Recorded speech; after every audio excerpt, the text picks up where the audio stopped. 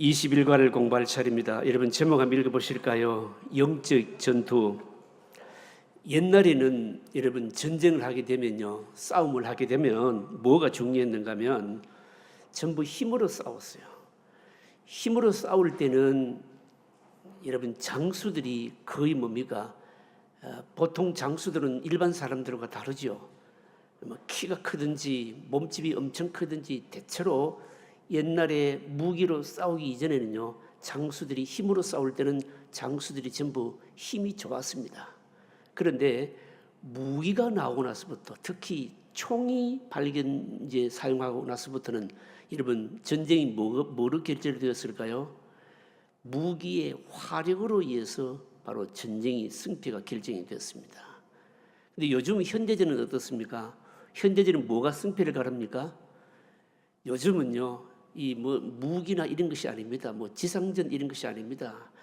요즘은 전쟁을 하게 되면 다 아시는 대로 이미 사령부에서 모든 것을 눈 손금 보듯이 다 보고 작전을 다 펴고, 그러면서 모든 전자장비로 체계화된 이 무기를 가지고 전쟁을 하잖아요. 그래서 이 현대전은 여러분 거의 지상군들은요, 마지막 잔병 정도 처리하는 것이고, 전부 전쟁 자체가 사실은 어떻습니까? 전자장비로 이 체계화된 아주 고도화된 이런 무기를 가지고 전쟁을 하기 때문에 상상을 여러분 초월하죠. 그렇다면 여러분 우리가 영적인 전쟁은 그럼 어떻게 싸우겠느냐? 어떻게 되냐 이 말입니다. 이 영적인 전쟁은 예나 지금이나 변함이 없습니다. 여러분요. 오늘 이 부분에 대해서 우리에게 말씀하는 바로 그런 내용입니다. 일부분이긴 하지만 영적 전쟁, 전투에 대한 성경이 말씀하는 내용들이 굉장히 많지만, 바울이 오늘 특별히 강조하는 바가 뭔가, 이 부분에 대해서 우리가 좀 말씀을 나누고 좀 은혜를 받았으면 좋겠습니다. 자, 본문 이해를 위한 도만 한번 읽어보실까요? 같이 읽습니다. 바울은 영적인 전쟁을 하고 있습니다. 바울은 개인적으로는 따뜻한 사람이었습니다. 그는 솔직하고 진솔하게 사람을 대했습니다. 그러나 진리를 변증해야 하거나 거짓된 교훈을 공격할 때에는 무서울 정도로 책망하거나 공격적인 태도를 보였습니다. 이런 바울의 모습에 대하여 고린도 교인들은 비겁하고 이중적이라 공격을 했습니다. 이런 비난에 대해 바울은 항상 큰소리치는 사람이 용감한 사람이 아니고, 적을 정확히 알고 정확한 무기를 사용할 줄 아는 사람이 용감한 사람이라고 말합니다. 우리는 바울이 이러한 말을 통해 영적인 싸움의 원리를 찾아내야 합니다. 믿음으로 살고 신앙으로 사는 복을 받으려면 영적 전쟁을 알아야 됩니다. 믿음 생활은 저절로 이루어지는 것이 아닙니다. 믿음으로 승리하려면 이것을 분명히 해야 됩니다. 자, 여러분 1번 읽어보실까요? 같이 읽습니다. 이 세상 사람들이 싸우는 것을 보면 힘센 사람들이 이기게 되어 있습니다. 힘이 세거나 독한 성질로 끝까지 물고 늘어지는 사람이 이기게 되어 있습니다. 그러나 이는 어디까지나 아마추어 이야기이고, 프로의 세계에 들어가면 힘으로 상대를 이길 수 없습니다. 어떤 선수를 상대하더라도 이길 수 있는 비장의 무기가 있어야 됩니다. 그리스도인들도 마찬가지입니다. 힘으로 영적인 싸움을 할 수 없을 뿐더러 아마추어 정신으로는 영의 세계에서 승리할 수 없습니다. 프로가 되어야 하고 비장의 무기가 있어야 합니다. 그러면 그리스도인에게 있어 비장의 무기는 무엇일까요? 영적인 전투를 하는 그리스도인들에게 비장의 무기는 무엇일까요? 자, 여러분 1절 한번 읽어보실까요? 1절 같이 읽습니다. 너희를 대면하면 유순하고 떠나 있으면 너희에 대하여 담대한 나 바울은 이제 그리스도의 온유와 관용으로 친히 너희를 권하고. 자, 바울이 여기서 1절에서 강조하는 게 뭡니까? 그리스도의 온유와 뭐예요? 관용. 온유와 관용. 여러분 이게 무기가 될 수 있겠습니까? 온유하고 관용하는 것, 이게 무기가 될 수 있겠습니까?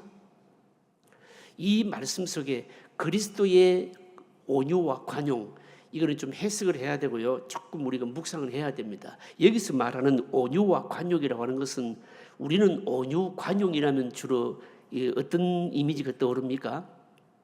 부드러운 거죠. 용서하는 거죠. 그냥 화합하는 것 이런 것만 생각할 가능성이 많습니다. 부드럽고 용서하는 것, 이게 이제 온유, 관용 이렇게 생각합니다. 그런데 여러분 예수님께서도 산상수훈에서도 말씀하셨잖아요. 온유한 자가 복을 누리게 되는데 뭐 한다고요? 땅을 차지하게 된다. 온유한 자가, 그때 예수님께서 말씀하신 온유의 개념이 도대체 뭐냐라고 하는 겁니다. 이 온유의 개념이라고 하는 것은 뭔가 하면 목표를 분명히 알고 있기 때문에 목표가 분명한 사람은 어떻습니까? 목표를 이루어야 되기 때문에 이런저런 주변적인 것들이 많다 할지라도 이런 것들을 다 잘 뭡니까? 거기에 개의치 않는 거죠. 이 목표가 뭔지를 분명히 알기 때문에 여유를 가지는 거예요. 이게 바로 예수님께서 말씀하시는 온유의 바로 여러분 개념입니다. 온유이라면요, 우리는 자꾸 유순하다 생각하는데 그게 아니고, 온유는 내가 이루어야 될 목표가 있기 때문에 그 목표 이외의 것에 대해서는 여유로움을 가지는 것. 여러분, 이게 바로 여러분 온유인 겁니다. 여러분요, 온유인 겁니다. 여러분, 우리가 이 전쟁을 할 때, 싸움을 할 때도 여러분 요령을 잘 알아야 되지 않습니까? 여러분요, 알아야 됩니다. 온유는요, 뭐와 관계되는가 하면요, 분별력과 관련이 있는 겁니다. 여러분요, 분별력이 있는 사람하고 분별력이 없는 사람하고 특징이 뭘까요? 분별력이 없으면 어쨌든 뭡니까? 자꾸 이 상대와 싸움을 할 때에 쉽게 뭡니까? 자꾸 덤벼드는 거죠, 여러분요. 예를 들어서 여러분 이런 거 아니겠습니까? 전방부대에서요, 군인들이요, 야간 경계를 서다가 여러분 멧돼지나 뭐 이런 이 물질들이 나타났을 때 이 간첩인 줄 알고 그냥 조명탄을 터뜨리고 어떻게 합니까? 막 총을 쏘고 이런 일이 실제로 여러분 있거든요, 여러분요. 근데 나중에 보면 뭡니까? 실제는 적이 아니거든요, 여러분요. 근데 노련한 경험이 많은 여러분 군인은 어떻게 할까요? 그런 물체가 나타났다 할지라도 여러분 그 물체가 사정권 안에 들어올 때까지 확실히 분별될 때까지 뭡니까? 기다리겠죠, 이게요. 기다리겠죠. 여러분 똑같습니다, 여러분요. 사정권 안에 들어오게 되면요, 그때 여러분 사살해도 늦질 않거든요, 여러분요. 그러니까 목표를 잘 분별하는 것, 이게 여러분 대단히 여러분 중요합니다, 여러분요. 분별력이 없으면요, 항상 긴장하게 되어 있습니다. 그리고 작은 것은 너무 민감하게 되고요. 여러분 한번 보십시오. 앞을 보는 사람하고 예를 들어서 맹인들을 한번 보십시오. 늘 불안하잖아요. 불안한 이유가 뭡니까? 앞을 보지 못하니까 뭐에 부딪힐는지 어떤 웅덩이 있을지 늘 긴장합니다. 그러나 앞을 보는 사람은 어때요? 그렇게 긴장할 필요가 없거든요. 목표가 분명하고 그리고 앞을 보는 사람은 여유가 있고, 여러분 어떨까요? 그런 사람들은 뭡니까? 늘 관대하다는 것이죠, 여러분요. 관대합니다. 그러니까 하나님의 백성들의 여러분 싸움은요, 어떻습니까? 앞을 환히 보는 사람 아닙니까? 목표가 분명한 사람 아닙니까? 분별력이 있기 때문에 그래서 싸움을 할 때에 너무 쉽게 민감할 필요도 없고 달려들 필요도 없고 큰 소리 칠 필요도 없다는 거죠, 여러분요. 바울이 지금 하는 말이 그 말입니다. 그리스도의 온유와 관용으로 친히 너희를 권하고, 사실은 바울이요, 이 고린도 교회 교인들을 생각하면 사실은 이 혈기불일들이 많이 있잖아요, 여러분요. 많이 있음에도 불구하고 사실은 그렇게 하지 않는다는 거죠, 여러분요. 그리스도인들이 영적인 전투는 바로 이래야 되는 겁니다. 이래야 됩니다. 다른 사람들이요, 나를 마구 흔들어 대어도 여러분 좀처럼 변화를 일으키지 않죠. 그게 그렇게 쉽게 대응하지 않죠. 그 이유가 뭡니까? 다른 사람들이 나를 쉽게 흔들어도 내가 주님을 만나고 난 이후에 주님이 나와 함께 하신다는 확신이 있는 사람, 또 아니면 뭡니까? 말씀을 통한 분별력이 있는 사람은 그런 것에 대해서 쉽게 요동하지 않는 겁니다, 여러분. 그러니까 어떻습니까? 그래서 이유가 있는 거죠. 그래서 어떻습니까? 온유와 관용으로 대할 수가 있는 겁니다. 그래서 하나님의 백성들은요, 작은 일 가지고 그냥 뭐 하늘이 무너질 것 같이 그런 식으로 대처를 하고 싸우질 않는다는 거죠. 이게 여러분 바로 그래서 이 온유와 관용은요, 우리에게 뭡니까? 그리스도인들에게 대단한 무기인 겁니다. 그런데 이 온유와 관용을 가지려 그러면 뭘 해야 될까요? 분별력이 있어야 되고 또 뭘 해야 될까요? 분별력이 있을 뿐만 아니라 내가 진짜 싸워야 되고 해야 될 이 목표들을 분명히 하는 것이죠. 목표가 분명하고 그리고 또 앞을 볼 수 있는 사람은, 분별력이 있는 사람은 언제든지 뭡니까? 여유 있게 바로 온유하게 하고 관용으로 뭡니까? 언제나 싸울 수가 있는 겁니다. 여러분, 그런 사람이 뭡니까? 이기게 돼 있는 거죠, 여러분요. 바울이 본문에 보시면 뭐라고 말합니까? 대면하면 유순하고 떠나 있으면 담대한 나 바울을 이렇게 말하거든요. 대면하면 유순하고, 이게 무슨 말씀일까요?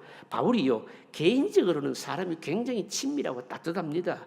그러나 객관적인 진리를 변호하는 데를 할 때는요, 마치 전쟁을 치를 무사와 같았다, 바로 이런 뜻입니다. 무슨 말씀인가 하면, 우리 그리스도인들은요, 여러분, 세상 사람들처럼 큰 소리 치면서 싸우는 사람들이 아니라는 겁니다. 어떤 힘을 세력으로 삼아서 싸우고 그런 사람들이 아니다라고 하는 겁니다. 겉으로 볼 때는요, 큰 소리 치는 사람이, 자아가 강한 사람이 이기는 것 같지만 여러분, 오래 가지 못합니다. 큰 소리 치고 자아가 강한 사람은 한번 불쑥 힘을 낼 수는 있을는지 모르지만 사람을 설득시켜서 바꾸지를 못하는 겁니다. 결국은 여러분, 그런 식으로 싸워서는 이기지를 못한다는 거죠. 여기에 뭡니까? 온유와 관용으로 싸운다. 여러분, 이게 하나님의 백성들이 뭡니까? 싸움의 자세인 겁니다. 원리인 겁니다. 여러분 적용해 보십시오. 적용해 보시면은 적용할 부분이 많을 겁니다. 진짜 믿음이 있는 사람들은요, 여러분, 작은 일에 그렇게 말입니다. 막 그렇게 너무 쉽게 흥분하거나 그렇게 할 필요가 여러분 없죠, 여러분요. 왜 그렇습니까? 오히려 큰 소리 치고 힘으로 뭐 하겠다는 사람은 실제로 여러분 힘이 없어요, 여러분요. 결국은 이기지를 못하는 것이죠, 여러분. 온유와 관용으로 목표가 분명하고, 그리고 또 여러분 목표가 분명할 뿐만 아니라 또 싸워야 될 대상을 분명히 알게 되면요, 여러분, 우리는 그것을 알기 때문에, 보기 때문에 우리가 큰 소리 칠 필요가 없다라고 하는 겁니다. 자, 그 다음 문제 한번 보실까요? 2번 문제입니다. 2번 문제 같이 읽어보실까요? 그리스도인의 영적 전쟁의 특징이 무엇입니까? 자, 3절 읽어보실까요? 3절 같이 읽겠습니다. 우리가 육신으로 행하나 육신에 따라 싸우지 아니하노니. 자, 그리스도인의 여러분 영적 전쟁의 특징 한마디로 뭘까요? 육신에 따라 싸우지 아니하노니. 이게 무슨 말일까요? 육신에 따라 싸우지 아니한다. 이를 다른 말로 말하자면 에베소서에 있는 말씀을 가지고 표현하자면 영의 전쟁이라는 거죠, 여러분요. 그리스도인들의 싸움은, 영적 전쟁은 영의 전쟁이다. 영의 전쟁이다. 이거는요, 여러 가지로 설명을 드릴 수가 있겠지만 가장 핵심적인 것은 뭔가 하면, 여러분, 우리가 싸워야 될 적은 사단인데, 이 사단은요, 육체를 가진 사람이 아니다. 영적인 존재와의 싸움이다. 우리의 대상 자체가, 영적인 싸움의 대상 자체가 영적인 존재다. 여러분, 이것을 여러분 대단히 중요한 겁니다. 여러분 한번 생각해 보십시오. 한쪽은요, 눈을 떠서 빤히 보고 싸우고 한쪽은 그냥 보지 못하고 싸운다 이러면 누가 유리할까요? 여러분, 보는 사람이 훨씬 유리하죠. 그런데 여러분, 사단은 영적인 존재이기 때문에, 육체를 가지고 있거나 그러지 않기 때문에 우리 눈에 보입니까? 안 보입니까? 안 보이죠, 여러분요. 그러니까 여러분, 영적인 존재는 보이지 않는데, 사단은 영적인 존재인데, 이 영적인 존재 보이지 않는 자들 상대로 해서 싸우기 때문에, 여러분, 우리는 이거는 분리할 정도가 아니고 아예 사실은 어떻게 보면요, 싸움 자체가 이러면 안 되는 거죠, 이게요. 이게 영적인 전쟁의 바로 특징이다라고 하는 겁니다. 한쪽은 보고 빤히 보고 한쪽은 보지 못하고 싸운다. 이거 여러분 생각하시면 여러분 되는 겁니다, 여러분. 여러분 너무 복잡하게 생각하지 말고 제가 한번 예를 들어 볼게요. 예를 들어 이런 거 아니겠습니까? 우리는요, 저는 옛날에 그랬어요. 뭐라고 생각했는가 하면, 김정일이가 죽으면 북한은 안 무너지겠나 싶었거든요. 그런데 김정일이도 죽어도 안 무너지고, 김일성이가 무너져도 안 무너지고, 또 누가 죽어도요, 아들 김정일이가 무너져도 북한은 아직 안 무너져요. 김정은이가 죽으면 무너지겠나? 무너질까요? 안 무너질까요? 왜 안 무너질까요? 왜 안 무너지는가 하면 여러분 사단은요 김승은이 같은 사람은 여러분 수없이 만들어 놓았거든요. 여러분요 수없이 만들어 놨기 때문에 여러분 안 무너집니다. 여러분요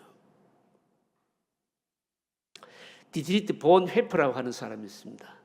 오늘 우리 독일에서 오신 두 손님도 있는데 이 디트리트 본 회프는 소위 말해서 이 란데스크리기 독일 말로 국가교회에 반기를 드는 사람들, 나치를 처단하는 이 일에 앞장섰던 사람이거든요.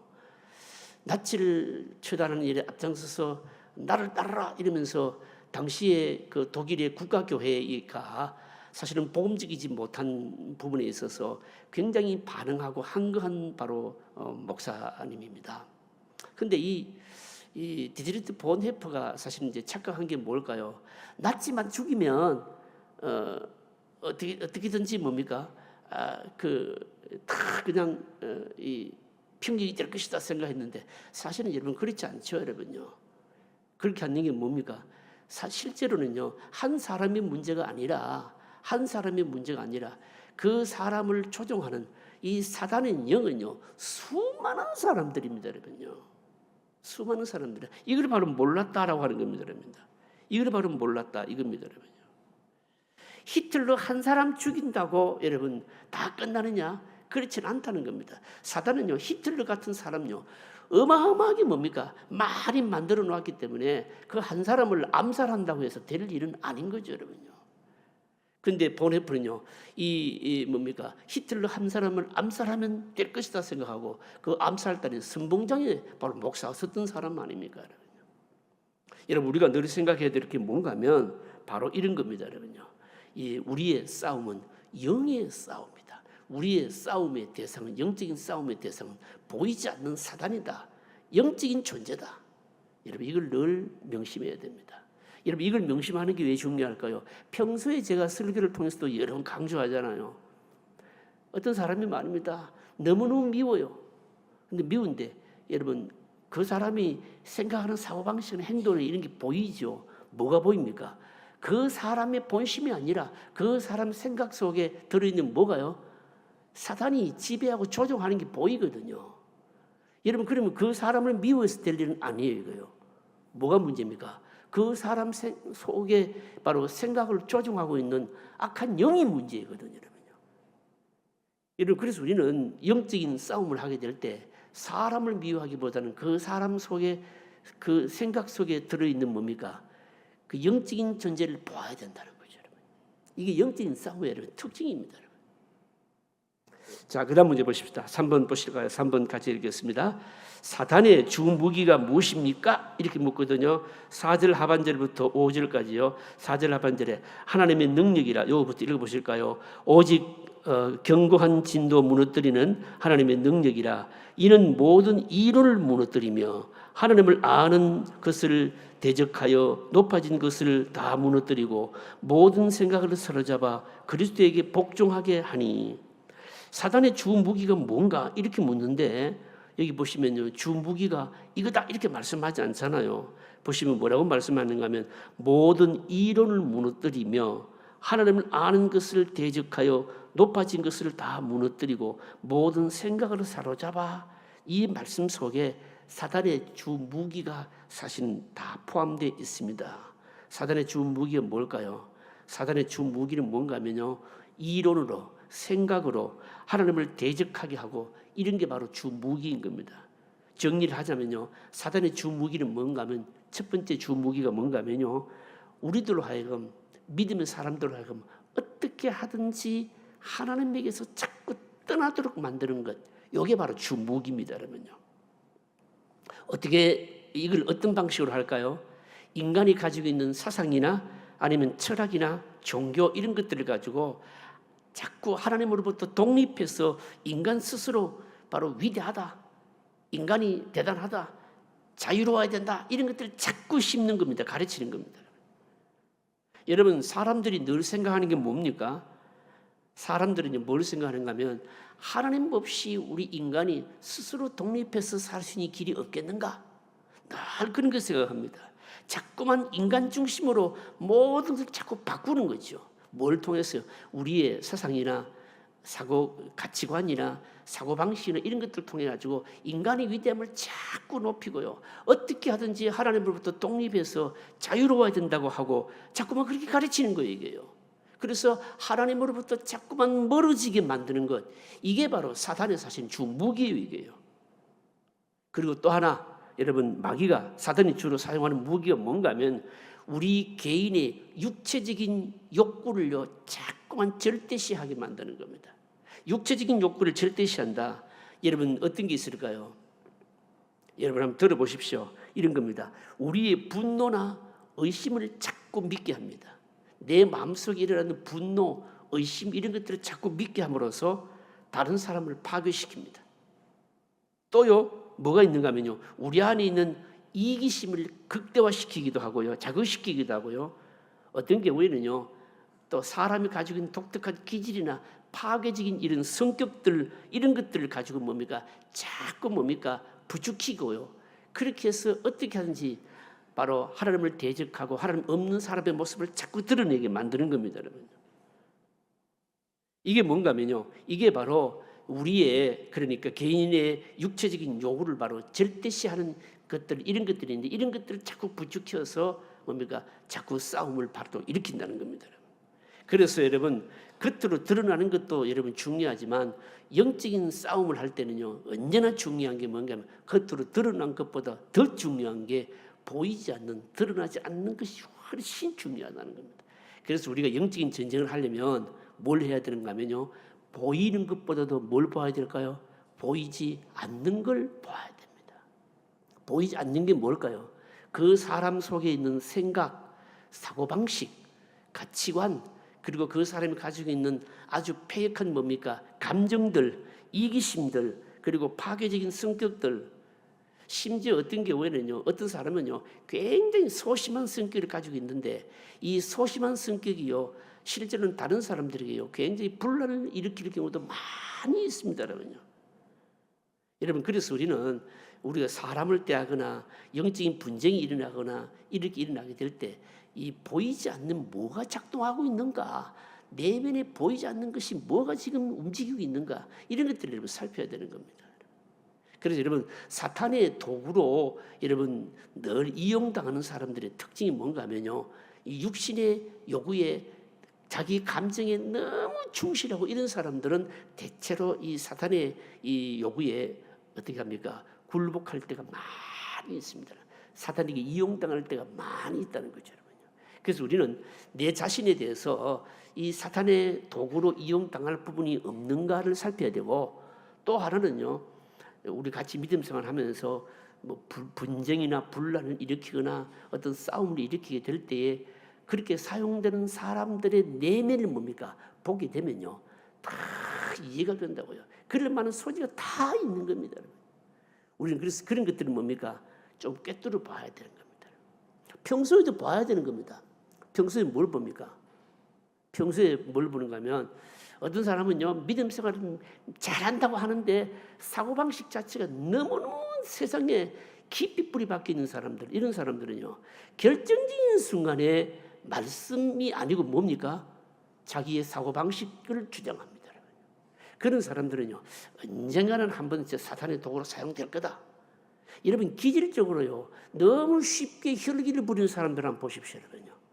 일 잘하다가도, 봉사 잘하다가도, 열심히 충성하다가도 끝에 가서 뭡니까? 자기 기질 욕심대로 안 된다고 그냥 뒤집어 버리는 거예요. 그래서 여러분, 그런 사람들은 어떻게 합니까? 늘 조심해야 된다니까요. 늘 조심해야 되는 겁니다, 여러분. 여러분, 그런 사람들 여러분 보이잖아요. 우리가 믿음 생활하면서 같은 성도끼리 믿음 생활하면서도 그런 것들을 다 본다고 얘기해요. 한 번은 저 이용당할 것 같은데 사단에게 다 보이는 겁니다. 그런 것들은 뭡니까? 볼 수 있어야 되고, 그리고 깨우쳐 줘야 되고, 조심해야 되고, 그래야 뭡니까? 영적인 전쟁에서 이길 수가 있는 겁니다. 속으로 아멘 하십시오, 여러분. 왜 아멘 해야 되는가 하면 우리가 믿음 생활하면서 교회 공동체 같이 신앙생활하면서 늘 겪는 거잖아요, 여러분요. 늘 사람들 보잖아요, 여러분요. 자, 그다음 문제 보십시다. 몇 번 할 차례입니까? 4번 같이 읽겠습니다. 눈에 보이지 않는 사탄을 이길 수 있는 방법이 무엇입니까? 자, 4절. 그런 방법이 눈에 보이지 않는 이 사탄과의 전쟁을 어떻게 하면 이길 수가 있겠느냐? 4절 한번 읽어보실까요? 4절 같이 읽습니다. 우리의 싸우는 무기는 육신에 속한 것이 아니요 오직 어떤 견고한 진도 무너뜨리는 하나님의 능력이라 모든 이론을 무너뜨리며. 자, 여기에 우리 사탄을 눈에 보이지 않는 사탄과 싸우는 우리들의 무기가 있습니다. 무기가 뭘까요? 하나님의 능력인데 보십시오. 뭐라고 말씀하면 오직 어떠한 견고한 진도 무너뜨리는 하나님의 능력이라. 여러분, 사탄의 세력은 눈에 보이지 않을 뿐만 아니라 어떤 견고한 진을 형성하고 있습니다. 여러분요. 견고한 진이 뭡니까? 견고한 진이 뭘까요, 여러분요? 군대를 안 갔다 오셨으니까 여러분 진에 대해서 잘 이해를 못 하실 겁니다. 진이라고 하는 것은 뭔가 하면 혼자가 아니고 뭡니까? 그룹을 만들어서 일종의 진지를 구축해 가지고 하나의 뭡니까? 세력화하고 있다 이 뜻이죠, 그죠? 이게 너무너무 단단하다는 겁니다, 여러분요. 견고한 진이라고 말하고 있는데 쉽게 물들일 수 없는 진지, 세력 이런 걸 의미하는 겁니다. 여러분 전쟁이 일어나게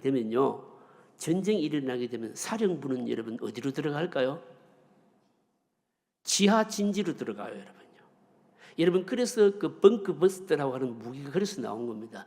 전쟁이 일어나게 되면 사령부를 뭡니까? 파괴를 해야 되는데 이 사령부는 지상에 있지를 않고 전부 지하에 그것도 깊숙한 곳에 막 벙커 그냥 어마어마한 두꺼운 벙커 속에 있기 때문에 사실은 이 잘 무너뜨릴 수가 없어요. 그래서 이 벙커를 무너뜨리는 뭡니까? 전문적으로 뚫는 이 벙커버스터라는 이 폭탄 무기가 있잖아요. 지하 수십 미터까지 뭡니까? 뚫고 들어가는 그런 무기거든요. 사탄도 마찬가지입니다. 그런 견고한 진을 형성하고 있다는 겁니다. 좀처럼 여러분 무너뜨리기가 여러분 쉽지 않습니다, 여러분요. 쉽지 않습니다. 여러분 사단이요 견고한 진을 형성하고 있다. 이게 여러분 오늘 우리들에게 어떻게 적용될 수 있을까요? 어떻게 적용되고 있는가 하면 여러분 실제로 그렇습니다. 세상에 우리가 정치하는 사람들 다 보십시오. 정치하는 사람들, 정치 권력을 가진 사람들, 그 사람들의 생각 속에 사고방식 속에 뭐가 있겠어요? 그리고 돈 있는 사람들 보십시오. 돈을 가진 부자들 뿐입니까? 학문을 하는 학자들 여러분 보십시오. 이런 사람들이요 사실은 어마어마하게 뭡니까? 다 사단의 노예가 되어 있고요. 사단의 매수가 되어 있고 그들이 가지고 있는 지식, 그들이 가지고 있는 뭡니까? 그 경제력, 또 그들이 가진 정치 목표 이런 것들 속에서는요 전부 뭡니까? 사단이 사실 다 지배하고 있다고 얘기해요. 여러분 거대한 견고한 진이에요 이게요. 여러분 이거 우리가 깨뜨릴 수가 있겠냐는 겁니다. 못 깨뜨립니다, 여러분요. 깨뜨릴 수 있는 게 뭘까요? 그래서 보시면 뭐라고 말씀하고 있는가 하면 이런 것들을 깨뜨릴 수 있는 방법이 무너뜨릴 수 있는 방법이 뭔가 하면 오직 어떠한 견고한 진도 무너뜨리는 뭐라고요? 하나님의 능력이라. 하나님의 능력이라. 하나님의 능력 아니고는 안 된다는 겁니다. 여기서 말씀하는 하나님의 능력은 구체적으로 어떤 능력일까요? 성령의 능력, 말씀의 능력, 기도의 능력 이런 겁니다, 여러분. 무슨 말씀인가 하면 우리 힘으로 사단의 견고한 진을 무너뜨릴 수 있다 없다? 없습니다, 여러분요. 무너뜨릴 수 있는 것은 뭐라고요? 하나님의 능력. 그래서 우리는 뭡니까? 강한 성령의 역사를 의지할 수밖에 없는 것이죠, 여러분요. 없는 겁니다. 여러분 교회 안에 간혹 말입니다. 아직까지도 성령의 통치를 덜 받는 그래서 사단의 도구로 쓰임 받는 사람들이 있어요. 그 사람들에게 무슨 설득을 하고 좋은 이야기를 하고 그리고 뭐 밥을 함께 먹었다고 해서 그 사람 바뀌고 여러분 이겨내고 그런 거 아닙니다, 여러분요. 그렇게 될 것 같습니까, 여러분요? 천만에요. 그렇게 한다고 설득되어지고 사람이 깨달아지고 바뀌어지느냐? 절대로 그렇지는 않습니다. 그들을 이길 수 있는 비결이 뭘까요? 오직 강한 뭡니까? 성령의 능력입니다. 하나님의 능력이라는 거죠. 하나님께서 그 사람의 사고방식과 생각과 이 모든 것들을 바꾸지 않으면요, 여러분 우리는 할 수가 없어요, 여러분. 여러분 우리가 이거 어떻게 적용될 수 있을까요? 여러분 우리가 실제로 영적인 전쟁이다, 사탄과의 전쟁이다라고 생각하면서 그런 일이 발생할 때에 우리는 기도하지 않잖아요. 말씀의 원리를 붙들지 않잖아요. 주로 뭐 합니까? 침묵해 하죠. 그렇죠? 밥 먹잖아요, 여러분. 그렇게 해서 막 이기려고 해결하려고 하는데 천만에 여러분. 밥 한 번 먹는다고 여러분 분위기는 좋아질 수 있겠지만 좋은 사람들은 밥 먹으면 어때요? 진짜 좋습니다, 여러분요. 근데 영적으로 싸움의 대상에게는요, 밥 먹는다고 얘기를 될 일은 아니에요, 이게요. 될 일은 아닙니다, 여러분요. 뭘 해야 됩니까? 말씀 붙들고 기도하면서 강한 성령의 역사를 의지할 수밖에 없는 거예요, 여러분. 이게 영적인 전쟁의 원리예요, 여러분요. 근데 사실 많은 그리스도인들이요, 영적인 싸움이나 영적인 전쟁의 이 원리를 잘 알지를 못하니까 어떻게 합니까? 속수무책으로 당하는 거죠, 여러분요. 영적인 전쟁인 줄도 모르는 거죠, 여러분요.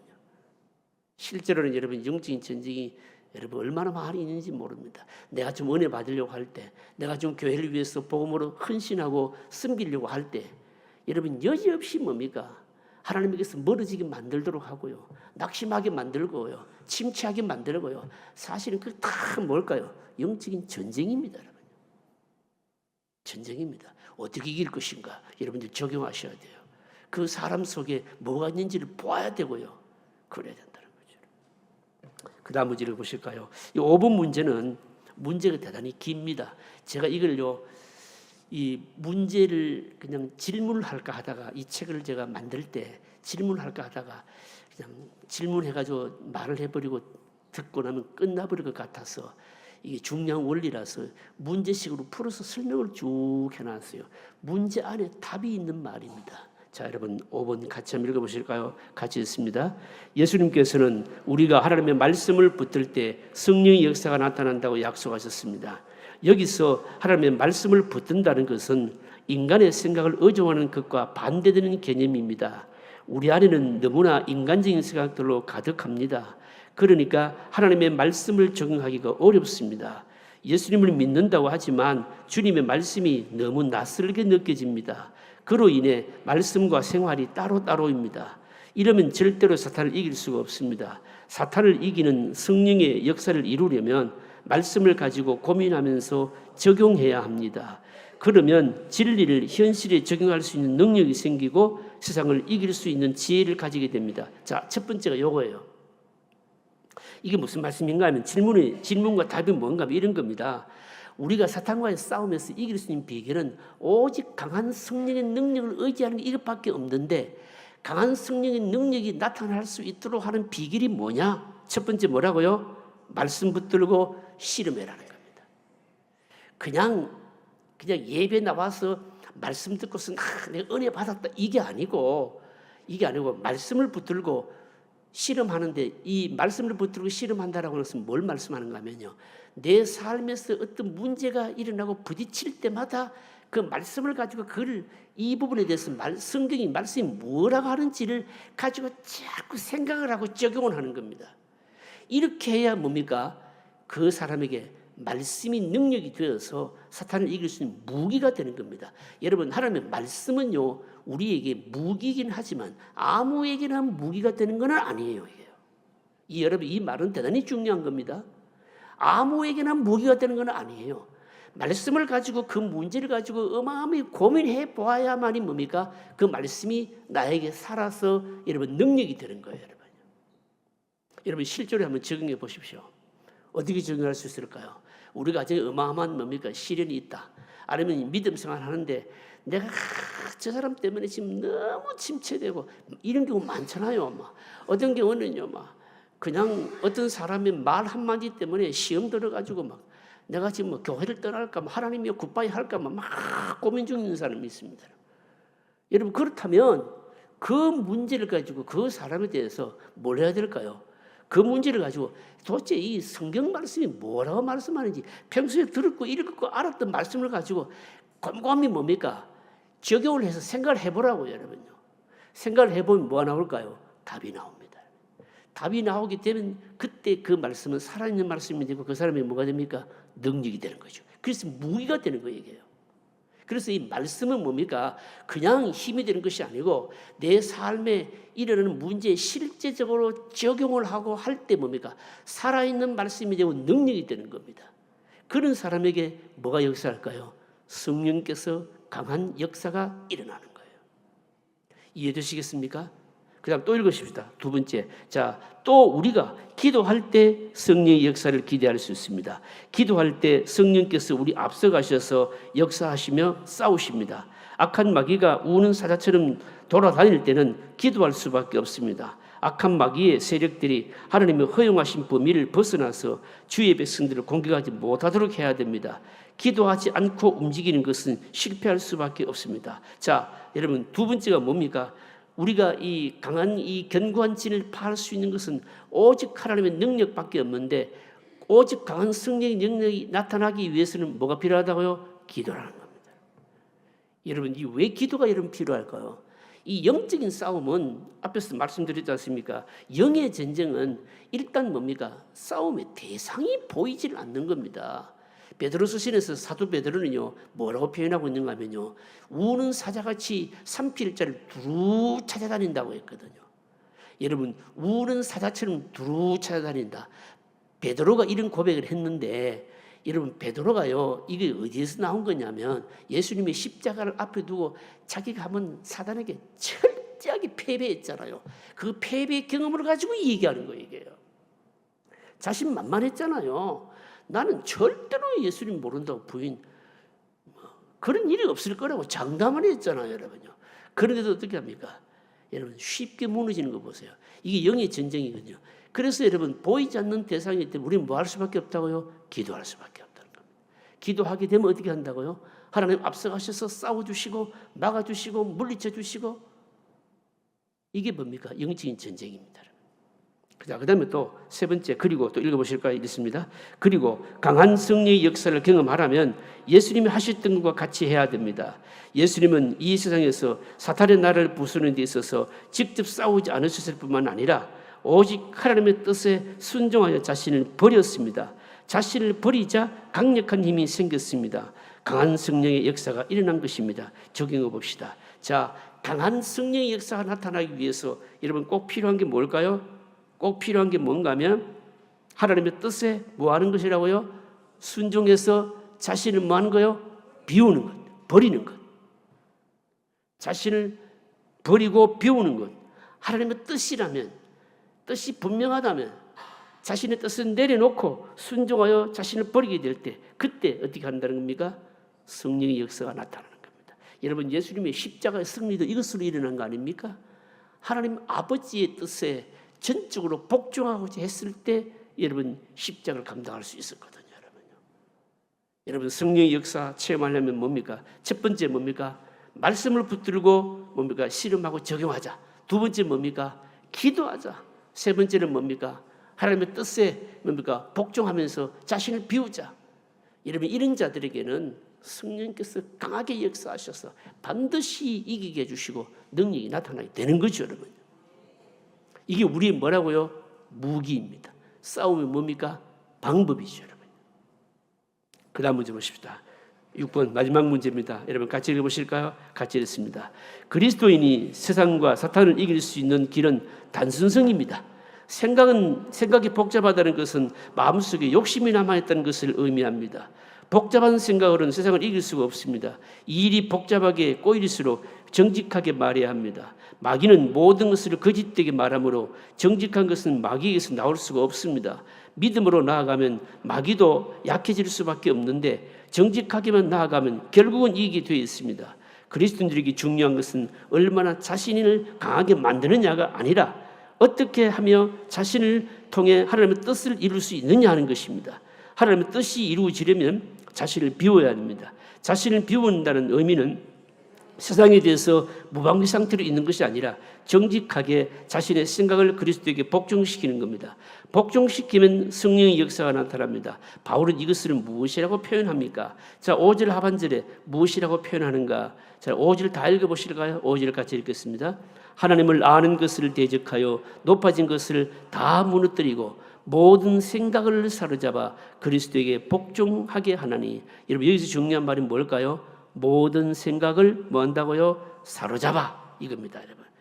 여러분 이게요 앞에서 6번 앞에 있는 문제에 나와 있는 대로 뭔가 하면 여러분 세상과 사탄을 이기려면 그리스도인들은 여러분 생각이 뭘까요? 복잡하면 안 되면 단순해야 된다. 생각이 단순하다는 말은 생각하기 없다 이게 아니고, 여러분 이게 욕심이 없는 사람은요, 자기 것이 많지 않는 사람은 단순한 거 얘기예요.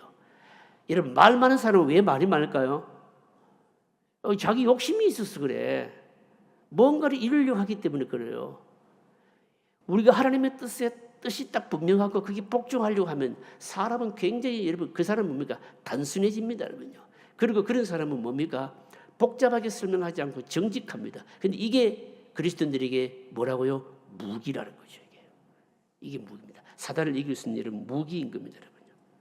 자, 여러분 결론적인 정리 한번 읽어보실까요? 결론적인 정리 같이 읽겠습니다. 사람을 이기는 것이 우리의 목표가 아닙니다. 우리의 싸움의 대상은 눈에 보이지 않는 마귀입니다. 마귀는 항상 우리의 믿음을 무력하게 하려고 노력하는데, 우리가 죽도록 하나님을 의지하면 결코 우리를 이길 수가 없습니다. 성령의 능력을 의지하지 않고 자신의 열심만 의지한다든지 아니면 직분을 붙들고 있다면 백진백패합니다. 우리의 열심을 의지해서 신앙생활하는 자는 그 열심이 식으면 한순간에 끝납니다. 직분을 붙들고 신앙생활을 하면 우리는 다 육신을 가지고 있어서 언제 어느 순간에 육신에게 굴복당할지 모릅니다. 그러므로 성령 하나님을 끝까지 의지해야 합니다. 우리는 사탄을 너무 의식하지 않고 신앙생활을 하는 것 같습니다. 그래서 자기도 모르게 이용당하고 실패하는 경우가 많습니다. 사단을 의식하는 믿음의 전투를 합시다. 이것이 복받고 승리할 수 있는 길입니다. 기도하실까요?